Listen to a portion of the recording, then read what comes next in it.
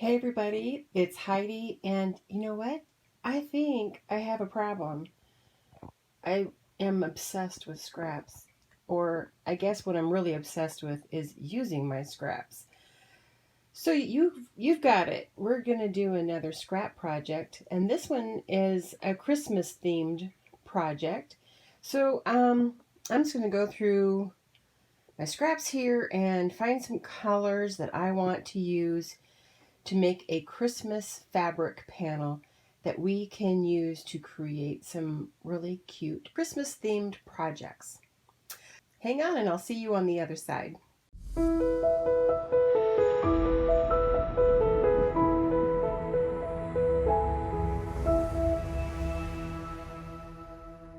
I went through my scraps and I tended to be a little more traditionalist about the colors as far as Christmas and reds, and I had a little bit of this green that I added in there as well. I'll show you the piece that I came up with. This is my scrap fabric that I made, and you can tell that some of the pieces are kind of large, and that's okay. When I cut out of this, I'll try to just get portions of these larger pieces so that it's got a variety of color and pattern. I'm going to put a link above to the video I did that just shows a little bit on how I start putting together a crumb or scrap quilting fabric.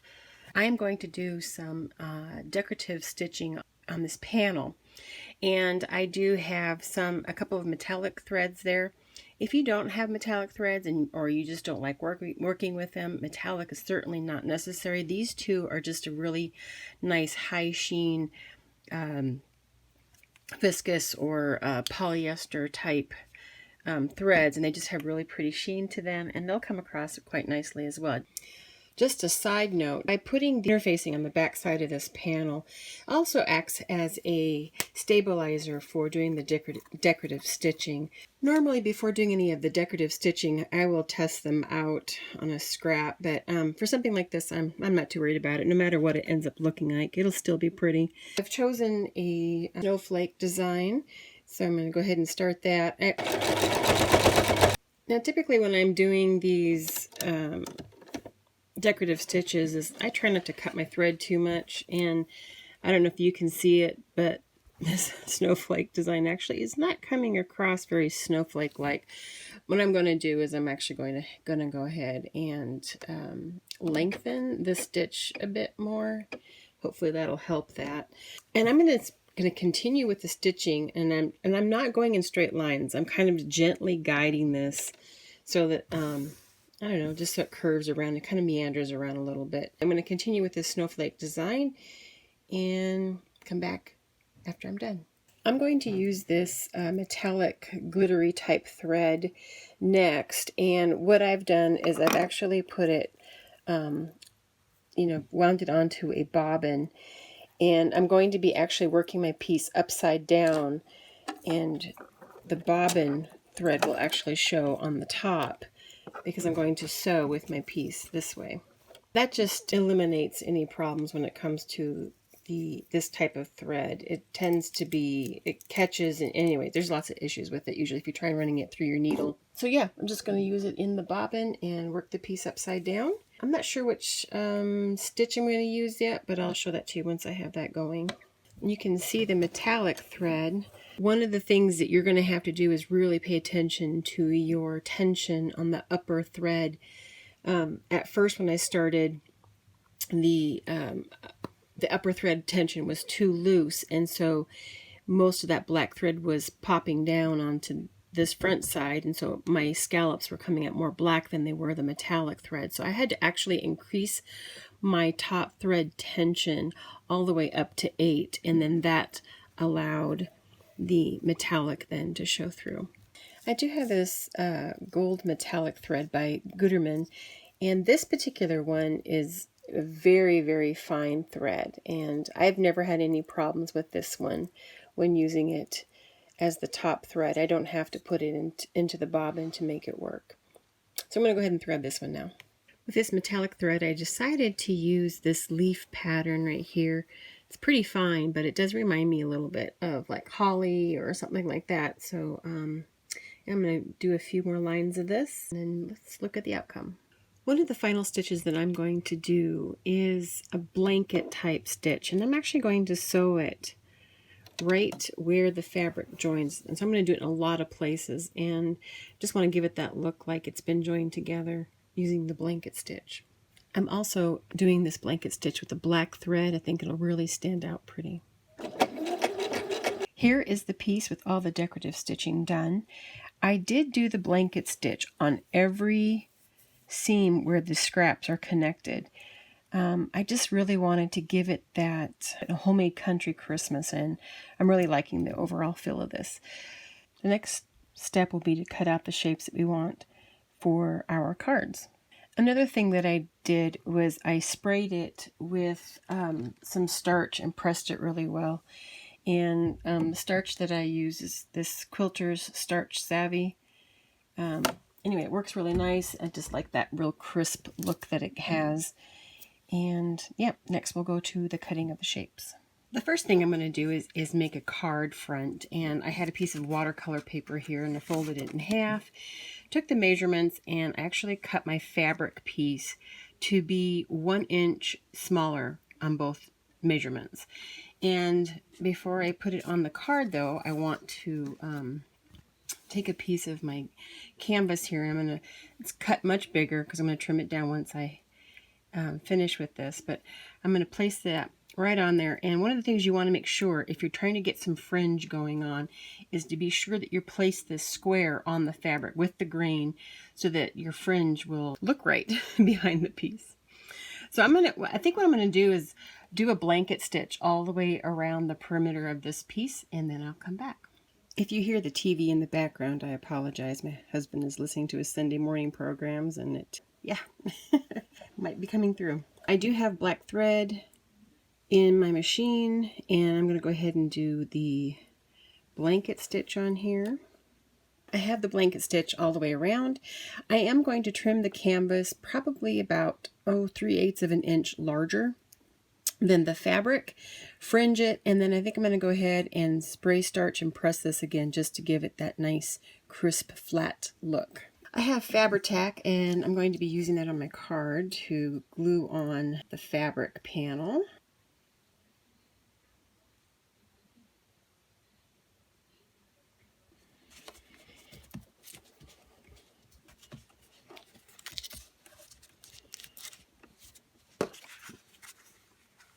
I ended up trimming the canvas to 1/4 of an inch. I thought the 3/8 was just a little bit too big, but there you go. We've got a finished card using a piece of that fabric.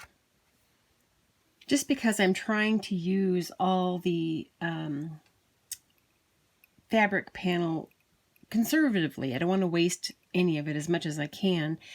The measurements for everybody is going to be a little bit different, but just so you kind of know how I came about this, I cut this 4 inches long, and it's 2 5/8 inches wide, and then I have it overlapping the 45-degree angle right there, with this fitting in the 1 inch corner, and I'm just going to knock off that angle, and then I'm going to turn it over using the same corner and cut that angle off again. And then that's just giving me a gift tag shape, and that's that's just how I did it.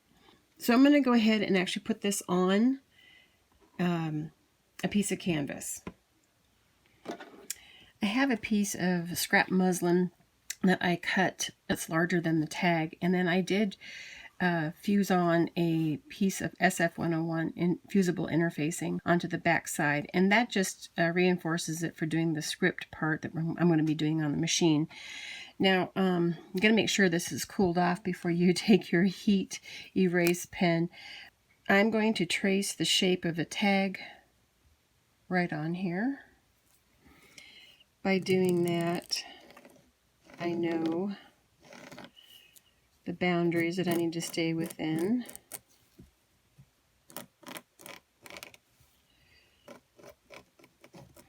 And also, while using the heat erase pen, I'm going to be writing out in my own handwriting on this tag. Now, one of the things I want to do, because I'm going to be doing a blanket stitch around the outside edges, I want to be sure that I stay about 3/8 of an inch. I'm just kind of marking where I need to stay within, because I don't want to make it look sloppy. And I'll go ahead and write on here before I do the script. Okay, I've written on here what I'm going to be stitching, and I'm going to go ahead and change my foot now to the Free Motion quilting foot, and I got my black thread already, so I'll go to that next step.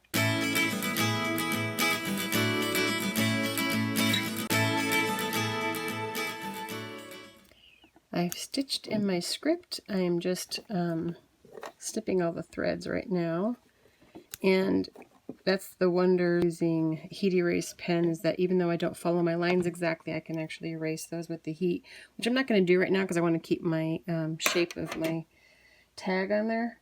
I'm going to finish snipping these and then we'll go to the next step. All right, what I'm going to do next is I'm actually going to take my glue stick. This is a water-soluble craft glue stick, and I'm going to just use it for tacking the tag onto the canvas. This is just going to help keep it from shifting too much. I have it nice and square with the canvas, and press that on there really well. Now, before any of you start making comments below about how this is going to gum up your machine, your needle and everything, it does not. I've used this a couple of years now, and I've never had any issues with it gumming up. I'm going to use the iron real quick, and that just helps get that set up a little faster. So here's what I'm going to do. I'm going to use the light from my sewing machine to create that shadow so I can see the shape behind there. And I'm going to line up my red lines on my tag with that shape. And as you can see, I have not trimmed this piece. I'm going to do it after I do the blanket stitch. And now that I have it lined up, I'm going to stick a pin in there. Then I'm going to go ahead and use the glue stick and just tack that down a little bit too. Let it dry using the iron a little bit, and then we'll do the blanket stitch on there. I do have the script piece on the back. I'm going to be sewing this from the front side. And I just, even though I've glued it, I'm going to put some pins in there just to added insurance that this isn't going to shift on me. So I'm going to go ahead and do the blanket stitch and come back. At this point, before I do the sewing, if you don't have a little eyelet tool to put eyelets in, not everybody does. I wanted to show this option, and I'm going to go ahead and use this. Is actually take my ribbon and I'm going to put it between my front tag and the canvas and have that sitting in there for the stitching.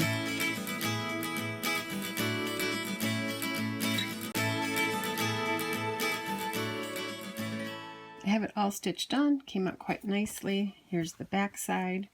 I have these wonderful little embroidery scissors, and they're curved. You can see that the blade is curved, and you can actually come in really close. If you hold your fabric up and you just hold that curve down against the edge, it will cut a nice clean line without cutting your stitching or the other fabric.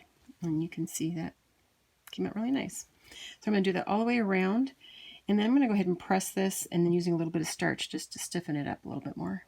I do need to trim down the canvas in the back. You want to make sure that you get that out of the way before you trim it. You don't want to cut it off. I'm going to go ahead and cut or trim the canvas down 1/4 of an inch away from the outside edge of this tag. There is the angles here, and when you get to that part for taking out the threads for the fringe or the fray, you're going to find that you can't take those threads out, and you don't want to try to because you're going to undo everything that you did, but you will undo the actual weave. And then once you have that weave done, then you can trim that down to match the rest of it. I did starch it. It's nice and stiff, a nice crisp feel to it. Obviously you can do your gift tags any shape. You don't have to do like this traditional look. You can do square, rectangle, whatever you want. You can even do circles, make them look like a Christmas ornament. So I got one more little project I'm going to show you that you can do with your fabric, and then we'll be wrapping it up. Something that you can do with these gift tags is that they make great little ornaments after you've given them on the gifts. On the corner of it somewhere, write the year with a permanent marker. That way it's a keepsake for that particular year that you gave it. So what I've done is I've cut a 5-inch square of our Christmas fabric and a 10-inch square of another fabric that is a good contrast with the red. And what I'm going to do is I'm actually going to fold this gold fabric, and I'm going to fold it into fourths, just finger pressing the lines in.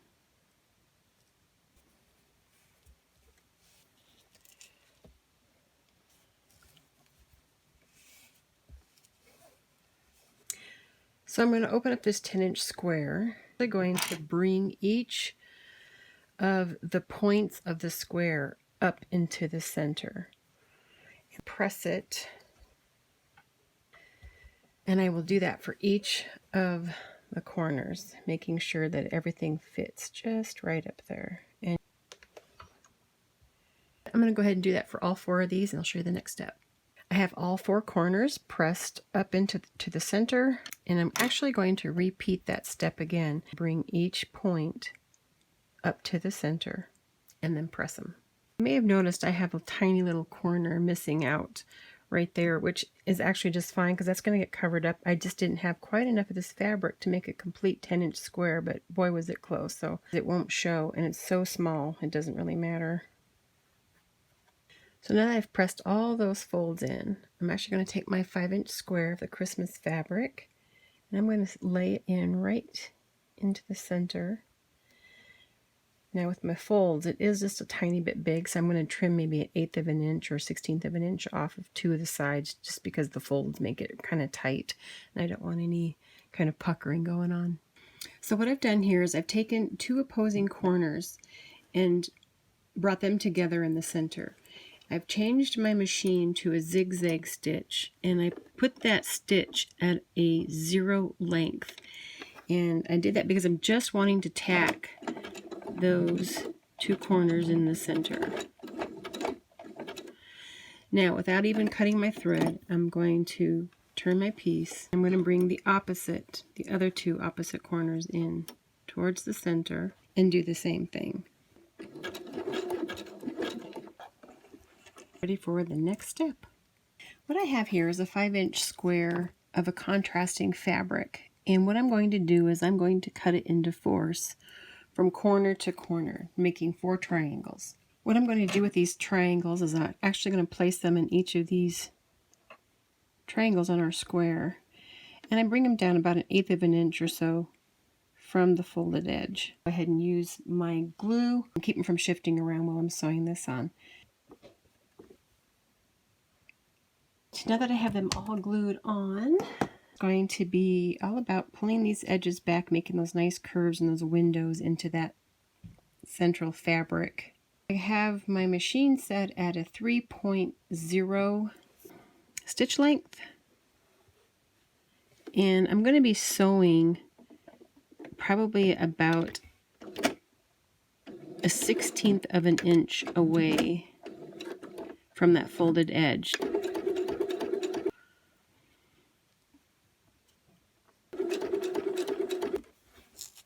Cut those threads just because this is going to get points will be hidden in the next step when we turn this into a little ornament, and stitched across there to this side. So these little flap open without cutting my thread. I just do each point. I have all the windows open and sewn down. Trim the fabric from the back side so that it's even with the square. Now we're going to turn this into kind of like a little pillow thing here. I don't have polyfill. I very rarely use polyfill. But what I do have a lot of is the cotton batting. And what I've done is I've cut them about 4 inches square, which is an inch smaller than our piece right here. Some of them are a little bit smaller than the 4 inches, and if you that situation, put the smaller ones towards the outside of the sandwich. That way it will give a nice tapered shape when you put this together. What I'm going to do is I'm actually going to tack these together, make it a little bit easier for stuffing. One of the things you could do, polyfill either, and you have lots of batting, is that you can cut up your batting into a bunch of little tiny strips or pieces and use it like batting. Or excuse me, use it like polyfill. Gosh, can't even say the right words. Do one more corner on here, and then we'll sew our piece together. I have a 5-inch square of the gold fabric, and I'm just putting it right sides together. I'm going to pin it together just to keep things from shifting. And I'm going to leave kind of a fairly large opening, 3/4 of an inch from each end. So make sure that when you start sewing, you do back stitch. I'm doing a 1/4 inch seam allowance. I'll go all the way around the square. When I come back to here, I will back stitch right there at the end. I'm sure you know the drill, but I'm going to say it anyway. Trim those corners, eliminate some bulk there. Turned it right side out. There's the backing. So it's time to put the batting in, and because I made the batting 1 inch smaller, it should fit in there just perfectly. You know, fold this up and